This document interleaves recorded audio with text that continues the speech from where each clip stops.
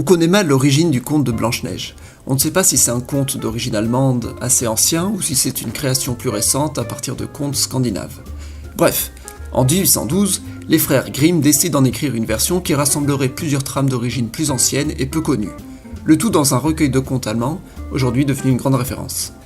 Dans cette vidéo, je vais résumer le conte des frères Grimm, et pour être plus précis, en me basant sur une traduction française datant de 1869. Bref, c'est parti. C'était au milieu de l'hiver. En effet, petite parenthèse, le conte ne commence même pas par « il était une fois », mais par « c'était au milieu de l'hiver ».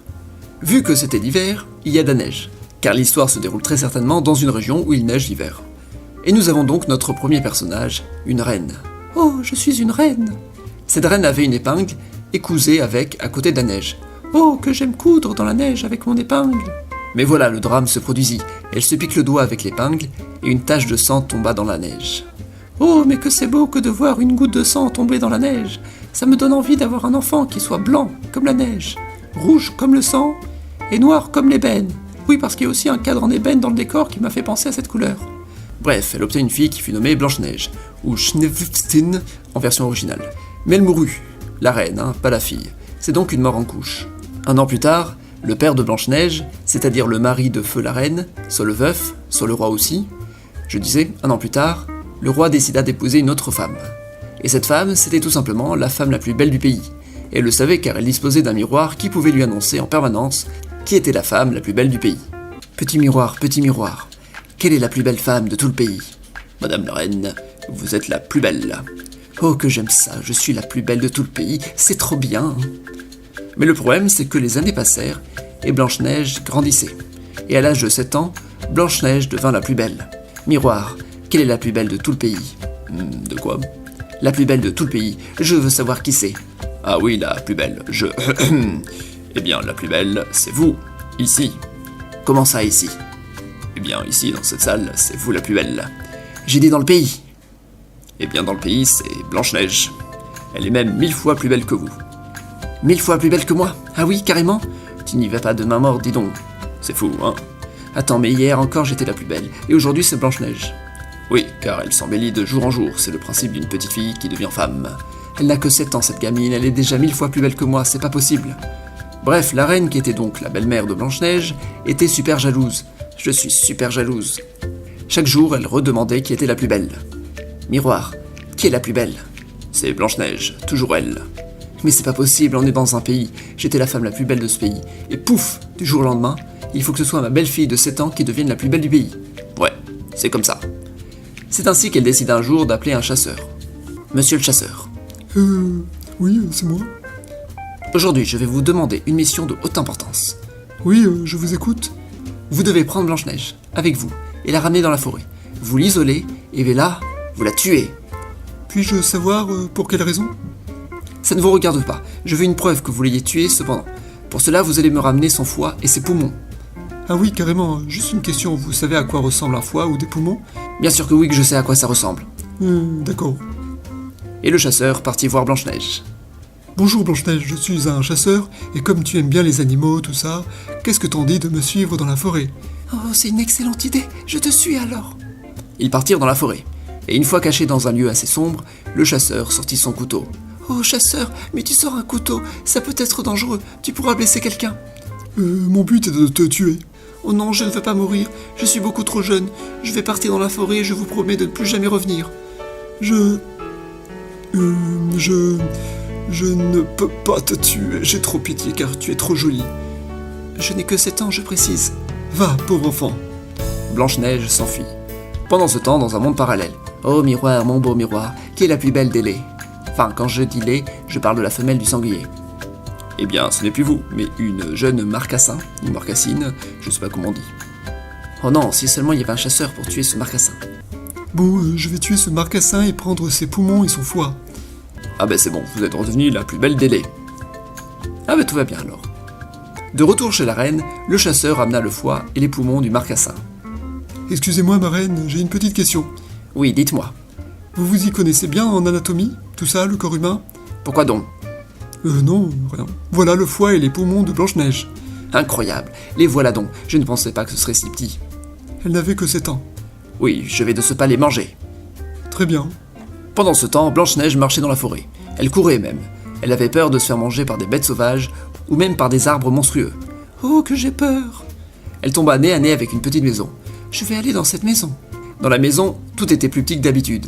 Waouh, tout est plus petit que d'habitude. Bon, après tout, je n'ai que 7 ans, donc pour moi ça m'arrange. Mais quand même, tout est vraiment petit.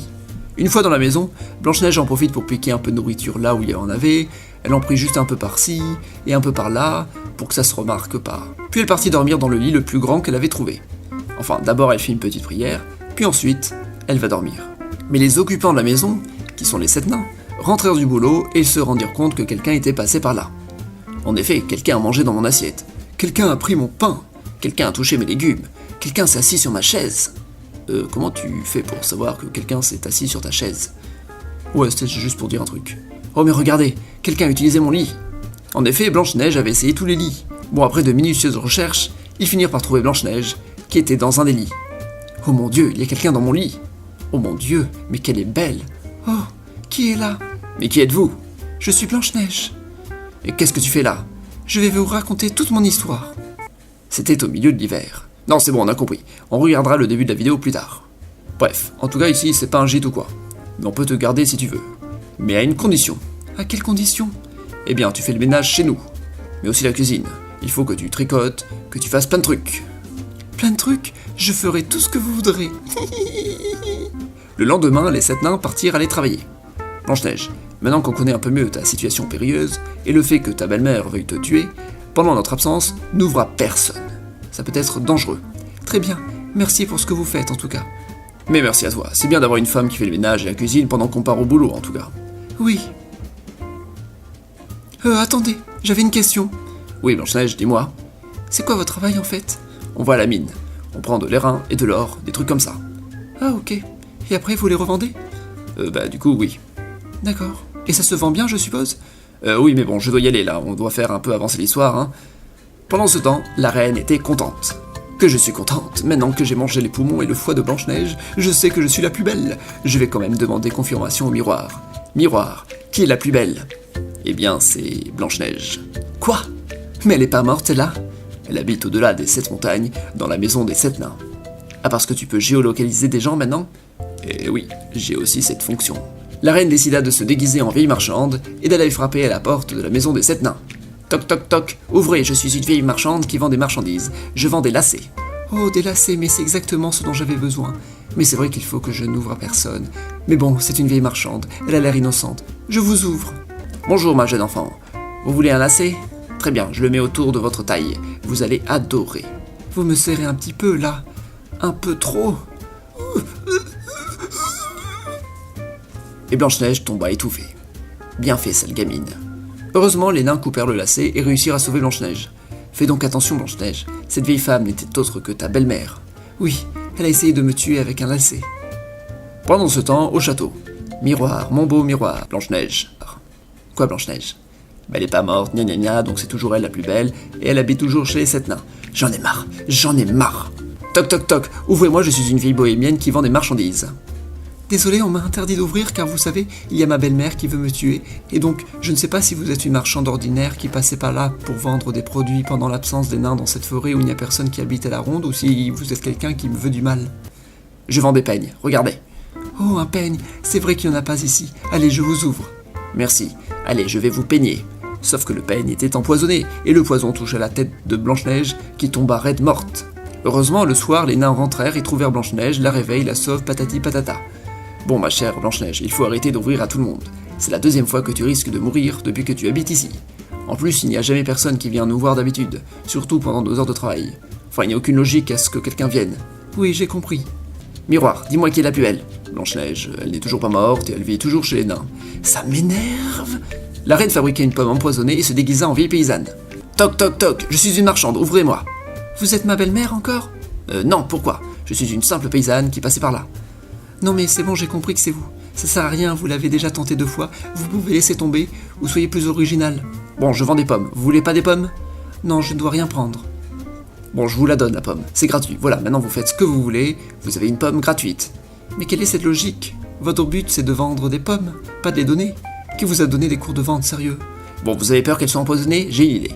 Pour vous prouver qu'elle n'est pas empoisonnée, je vais croquer dans la pomme moi aussi, ok? Regardez, je prends la pomme et je croque dans la partie blanche. Et voilà, rien du tout, j'ai rien eu, tu vois ma jeune enfant. Maintenant tu peux croquer dans la partie rouge. Attendez, vous avez croqué dans la partie blanche, pas dans la partie rouge. Ça se trouve, seule la partie rouge est empoisonnée, et pas la partie blanche. Puis c'est louche une pomme à 2 couleurs comme ça. Et puis c'est louche de me donner une pomme alors que vous êtes marchande de pommes. Regardez, je vais manger toute la moitié de la pomme, soit toute la partie blanche. Voilà, vous voulez le reste, c'est gratuit.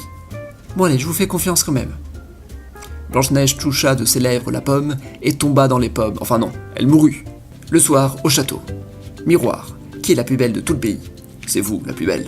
Trop génial, je suis la plus belle, je suis la plus belle. Pendant ce temps, à la maison. Je crois qu'elle est morte là, on peut rien y faire. Pendant 3 jours, les nains pleurèrent et prièrent devant le corps de Blanche-Neige. Mais le corps restait intact, comme si dans le fond elle n'était pas morte. Ils fabriquent un cercueil de verre avec écrit dessus qu'elle était la fille du roi et qu'elle s'appelait Blanche-Neige. Le cercueil fut placé au sommet d'une montagne et même les oiseaux venaient pour pleurer. Bonjour, je suis un hibou, je suis très triste car je me sens réellement concerné par la mort d'une personne humaine. Oui, je vous comprends, nous les humains sommes l'espèce animale la plus importante. Vive le spécisme. Puis un jour, un prince passait par là.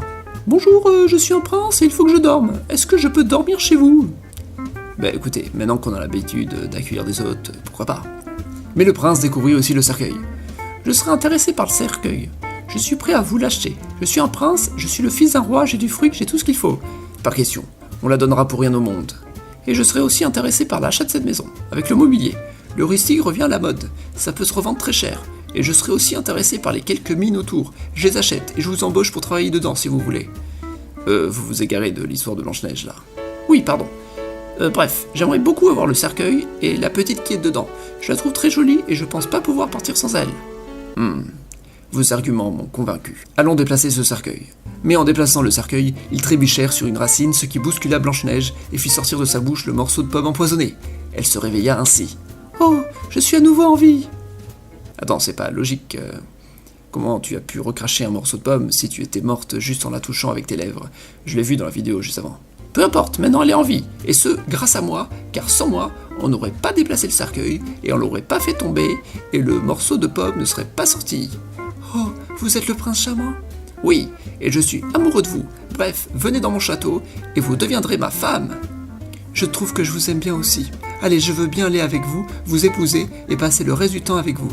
Blanche-Neige devint donc une reine, et la belle-mère la prit par le miroir. Eh oui, mais la jeune reine est plus belle que vous. Quoi? Une jeune reine? Il faut que j'aille voir qui c'est. Quoi? Encore Blanche-Neige? Après, j'ai pas trop compris la fin, mais la belle-mère décide de porter des chaussons en fer sur un feu de charbon ardent, et elle danse jusqu'à mourir de ses brûlures. Fin.